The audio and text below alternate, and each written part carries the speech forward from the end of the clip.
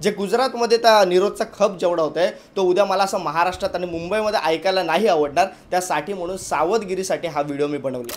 नवरात्रीत गुजरातमध्ये सगळ्यात जास्त कॉन्डमचा खप होतो, म्हणजेच 25 ते 50% पर्यंत 60% पर्यंत कॉन्डमचा खप होतो या 9 दिवसामध्ये नवरात्रीच्या। ही बातमी मी परवाच वाचली, पण ही बातमी मी 2017 पासून ऐकतोय। मित्रांनो बघा, मी तुम्हाला एक पोस्टर दाखवतो, त्या पोस्टरवर सनी लिओनचा फोटो टाकलाय। आता ही मी कॉन्डम बोलत नाही, खरं तर मराठी शब्द त्याला निरोध असा आहे, तर यापुढे मी व्हिडिओत निरोधच बोलत जाईल। ह्या निरोधाची जाहिरात करण्यासाठी म्हणून सनी लिओनी, तर ही जाहिरात जी आहे ती मेनफोर्स कंपनीची, मेनफोर्स निरोध जर का कॉन्डम आपण ऐकलं असेल तर या जाहिरात कंपनीने ही जाहिरात 2017ला केली होती। ती दरवर्षी लीक होते। आता दरवर्षी मित्रांनो जेव्हा नवरात्री येते तेव्हा ही जाहिरात मला असं वाटतं व्हायरल केली जाते। ही कोणाच्या माध्यमातून माहीत नाही, पण येते लोकांपर्यंत ती बातमी कळते की गुजरातमध्ये सगळ्यात जास्त निरोध विकले जातात। बघा, त्याच्या पाठोपाठ मुंबई, पुणे, बाकीचे इतर राज्य पण आहेत, इतर शहरं पण आहेत, पण ही गोष्ट मला असं वाटतं महाराष्ट्रामध्ये घडता कामा नये यासाठी म्हणून मी हा आजचा व्हिडिओ बनवते। या सगळ्या गोष्टींवर मी तुमच्याशी बोलणार, पण मित्रांनो मला त्याआधी तुम्हाला एक गोष्ट दाखवायची। हे कॅसॉन कंपनीचा कॅमेरा आहे, जो ॲक्शन कॅमेरा, छोटा कॅमेरा असतो, हा असा कॅमेरा असतो, हा वॉटरप्रूफ कॅमेरा आहे, तुम्ही पाण्यामध्ये पण वापरू शकता।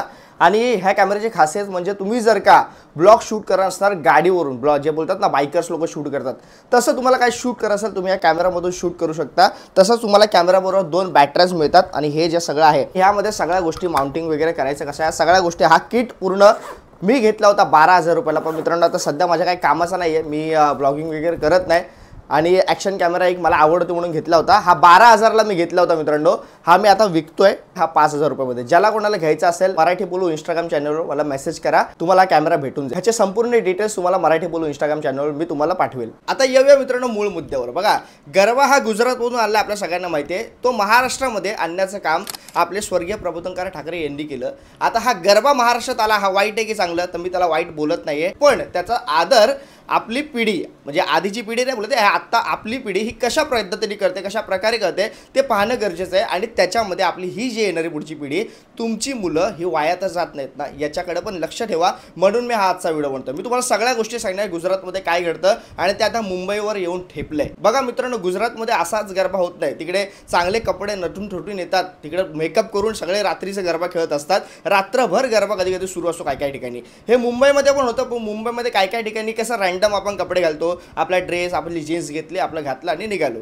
आपला 10 वाजेपर्यंत गरबा असतो मुंबईमध्ये, पण काय ठिकाणी मित्रांनो मुंबईमध्ये पण पेड गरबा असतात, रात्रभर पण चालतात गरबे, आणि पैसे देऊन भरपूर जण जातात, आणि मग तिकडे एक ड्रेस कोड असतो त्यांचा, तिकडे दांडी असतात, मध्ये आपण माहिती आहे का बारमध्ये जातो तिकडे कसं आय कॉन्टॅक्ट करतात मुलांशी मुलींशी, ह्या अशा गोष्टी आता सध्या गरब्यामध्ये चालू आहेत। हे गुजरातमध्ये तिकडे होतं, आणि मग त्याच्यानंतर काय, मग त्याच्यानंतर ह्या 9 दिवसामध्ये सगळं टार्गेट कंप्लीट करून काय लोक 9 दिवसाचं सगळं काम करून टाकतात। आता मला तुम्हाला वेगळं सांगायची गरज नाही, तुम्ही समजा आता त्या गोष्टी। आता मित्रांनो हे गुजरातमध्ये घडतं, आणि त्याच्यामुळे निरोधचा खप हा जो आहे जास्त प्रमाणामध्ये आपल्या गुजरातमध्ये पाहायला मिळतो, बाकी इतर राज्यात पण आहे, पण मित्रांनो हा गुजरातमध्ये दरवर्षी खप वाढतो। आता हे का वाढतं तर बाबा रे, तुम्ही आता समजा जर एखादा पुरुष अट्रॅक्टिव्ह दिसला, एखादी स्त्री अट्रॅक्टिव्ह दिसली, तर आपला मोह आवरत नाही, आणि मग पुढच्या सगळ्या गोष्टी घडतात। त्याच्यामध्ये ते मुलगी ही तरुण असते, ही मुलगी ही घरी कळायला नाही पाहिजे म्हणून भरपूर असे गर्भपात पण होतात जर काही लक्ष दिलं नाही, आणि अशा गोष्टी घडतात मित्रांनो।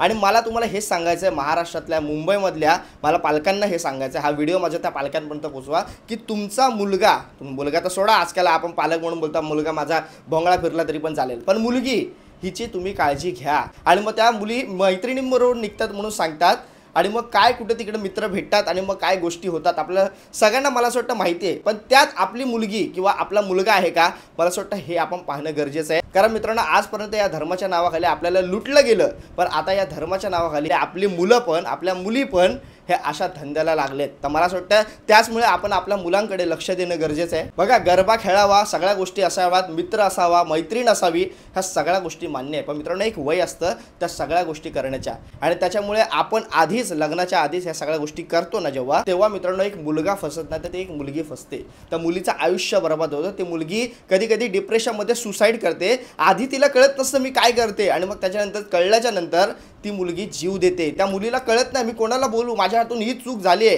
तो मुलगा आता सोडून गेलाय मला, ह्या गोष्टी त्या मुलीच्या मनामध्ये खतखत निर्माण करतात. काही प्रमाणामध्ये मुली मग काय ठरवतात, आत्ताच्या मुली मी सांगतोय की बाबा ह्याने माझ्याबरोबर चीट केलं ना, आता मी पण त्याच्याबरोबर चीट करणार, मी पण सगळ्या मुलांना फसवणार. अशा पद्धतीची मानसिकता पण आता या तरुण पिढीमध्ये आपल्याला पाहायला मिळते. आणि याच्यामुळे मित्रांनो मुलं जी आहेत आपली ती वाईट वळणावर जात आहेत. ह्या गोष्टी कधी घडतात मित्रांनो, ह्या 9 दिवसामध्ये हे गुजरातमध्ये घडलेलं उदाहरण मी तुम्हाला सांगतो, जे दरवर्षी घडतं. मला असं वाटतं ते महाराष्ट्रात, त्या मुंबईत, आपल्या पुण्यात आणि बाकीच्या इतर शहरांमध्ये पण ह्या गोष्टी घडायला लागल्यात. आणि त्याच्यामुळे मित्रांनो मला तुम्हाला हेच सांगायचं आहे, पाल्यांना खरं तर सांगायचं आहे, कारण माझे व्हिडिओज हे मला असं वाटतं 25 ते 35-40 पर्यंतच्या वयोगटातले जास्त बघतात.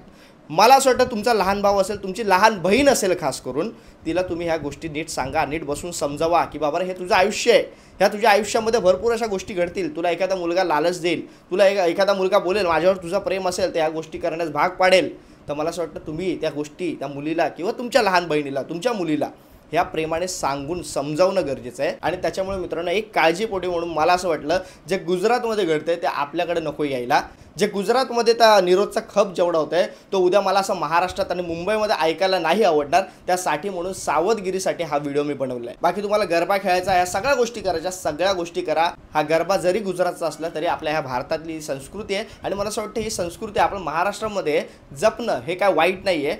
ही संस्कृती जपावी, पण आपल्या संस्कृतीला घालता कामा नये, आपल्या संस्कृतीवर आच येणार नाही याची पण काळजी मला असं वाटतं आपण घ्यावी. हे जे गुजरातमध्ये चालतं मित्रांनो, जसं मी सांगितलं निरोधचा खप होतो, हा खप कशा पद्धतीने होतो हे फक्त तुम्हाला मेडिकलमध्ये निरोध नाही मिळणार.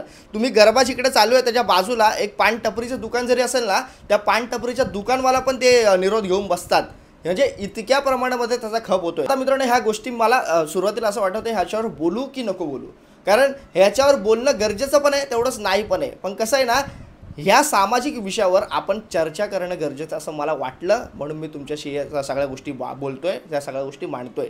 आज मित्रांनो मुलं जे आहेत ना, बरेच जण आहेत जे ड्रग्सच्या आहारी एवढे जात आहेत ना, हे ड्रग्स येतात कुठून, या सगळ्या गोष्टींमध्ये कोणाचा हात आहे मला असं वाटतं आपल्याला हे कळलं पाहिजे. या ड्रग्सच्या मागून यांना किती पैसा मिळतो ना, त्याच्यामुळे मग हे भारत देशातल्या या तरुणींची काहीच काळजी करत नाही. पण आपला हा तरुण, आपली ही तरुणी ही एका वाईट मार्गावर जाते. मी स्वतः जिथे राहतो, मी स्लममध्ये राहतो, आणि तिकडे एक रस्त्यावर गल्लीवर हे मुलं जे ड्रग्स घेत असतात, हे मुलं त्या गोळी, ते व्हाईटनर, हे असे भरपूर काही ड्रग्सचे प्रकार आहेत, हे नशेचे प्रकार आहेत, आणि या सगळ्या गोष्टी घेत असतात. त्यांना कळत नसतं आम्ही काय करतो, आणि मग एखाद्या मुलीची छेड काढली जाते, दुसऱ्या दिवशी मग त्याला कळतं मी हे केलं आहे.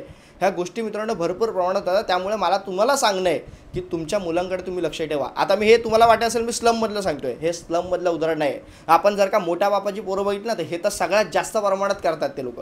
आणि त्यांना कसं आहे, ते क्लब्स वगैरे असतात, त्या सगळ्या गोष्टी असतात, तिकडे जाऊन करायला त्यांना ह्या सगळ्या गोष्टी सोपे पडतात. आणि मला हेच तुम्हाला सांगायचं, आपल्या मुलाला वाढवणं, सांभाळणं ही आपली जबाबदारी असते, आणि त्याला सगळ्या ह्या गोष्टींपासून लांब ठेवणं आपली जबाबदारी असते. आणि नवरात्रीमध्ये, ह्या 9 दिवसामध्ये आपण रात्रीच्याच सगळ्या गोष्टी घडतात, सगळ्याच गोष्टी साला आपण बोलतो ना बिघडण्याच्या गोष्टी ह्या रात्रीच्याच घडल्या जातात.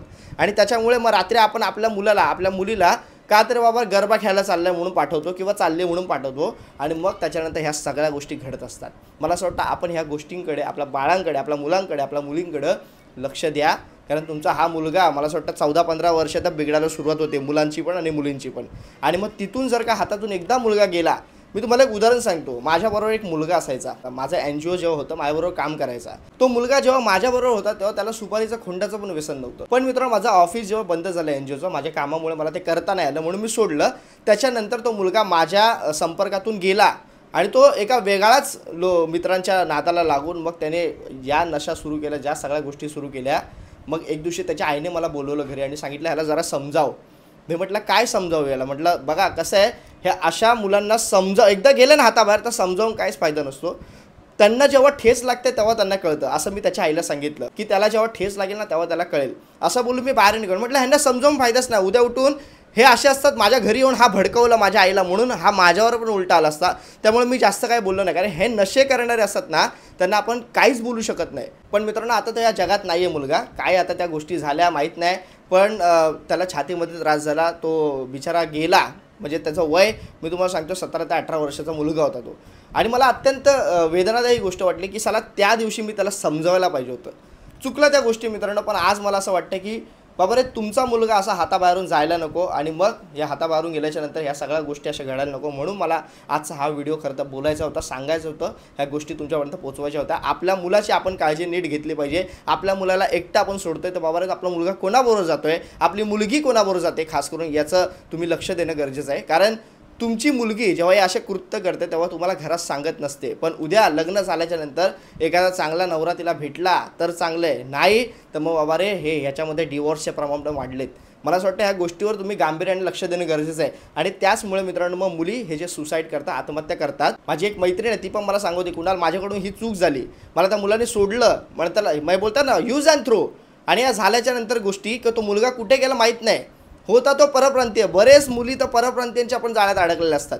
आणि त्याच्यामुळे होतं काय मित्रांनो, तो मुलगा गेल्याच्या नंतर त्याच्या आयुष्याची त्यांनी मजा केली, पण त्याच्यानंतर काय तर ती मुलगी जी आहे त्याचे परिणाम भोगते. आज तिच्या आयुष्यामध्ये तो मुलगा आला दुसरा, जर त्याने समजून घेतल्या सगळ्या गोष्टी. पण मित्रांनो मला असं वाटतं काही समजणारे थोडकेच असतात. त्याच्यामुळे आपण तुर्तास काळजी घ्यावी, हेच मला तुम्हाला सांगायचं. एक पाल्य म्हणून, एक मोठा भाऊ, एक मोठी बहीण म्हणून तुम्ही ह्या आपल्या लहान भावांना किंवा लहान मुलांना सांगण्या गोष्टी गरजेचं आहे, एवढंच मी सांगेल. बाकी मित्रांनो तुम्हाला काय वाटतं मित्रांनो, मला या व्हिडिओच्या खाली कमेंट करून नक्की सांगा. तुर्तास थांबतो. जय हिंद, जय महाराष्ट्र.